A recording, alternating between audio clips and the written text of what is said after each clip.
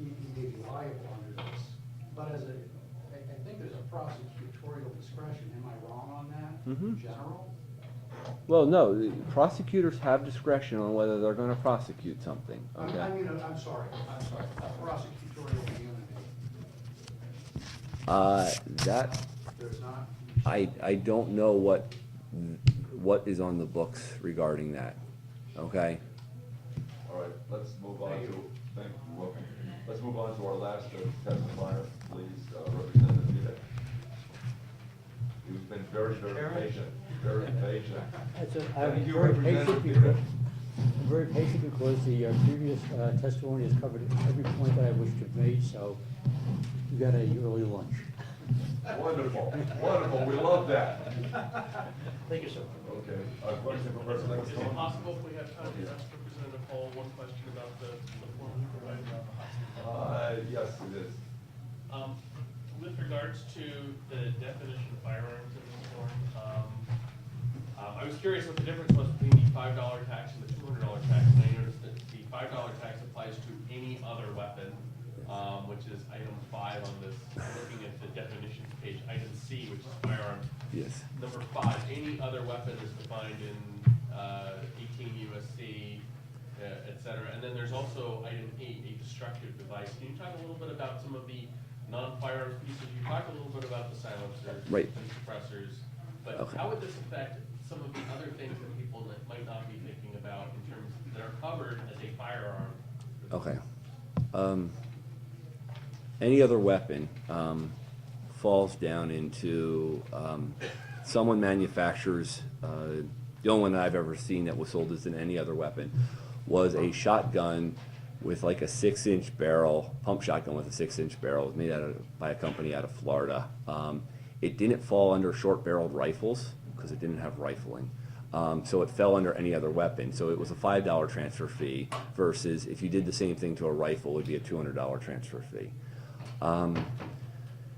Any other destructive devices?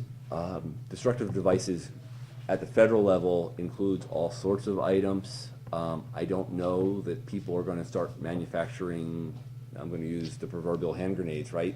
Because the amount and complexity to building those is probably beyond, and the market, the viable marketplace in the free market probably is not going to make it a business opportunity worth pursuing. I would argue, however, that silencers are clearly in the domain, and that would probably do well if someone wanted to start a business.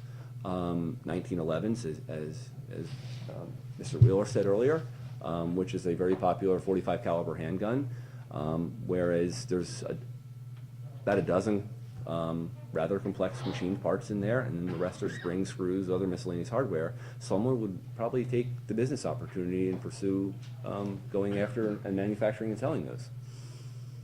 Because the cost to not have to deal with the BATF is there's a substantially better advantage to that business in the state. Thank you. Okay, last question, Representative Weir. I have a quick question. Under the fiscal note of the bill, it said it may increase state and county expenditures by an determinable amount.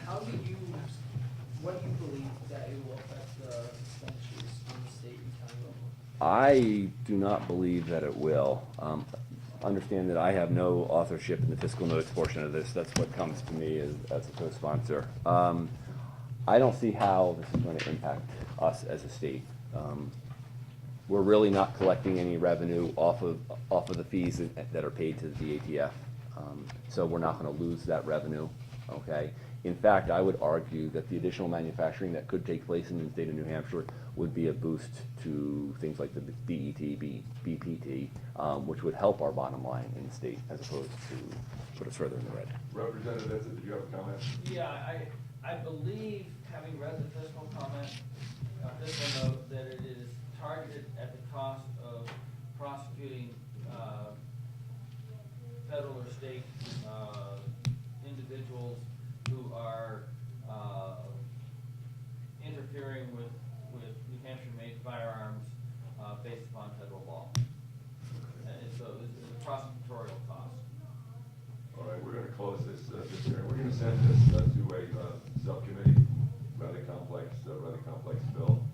And I'd like to ask Representatives Huxley, Richardson, and Whitehead to be on that subcommittee.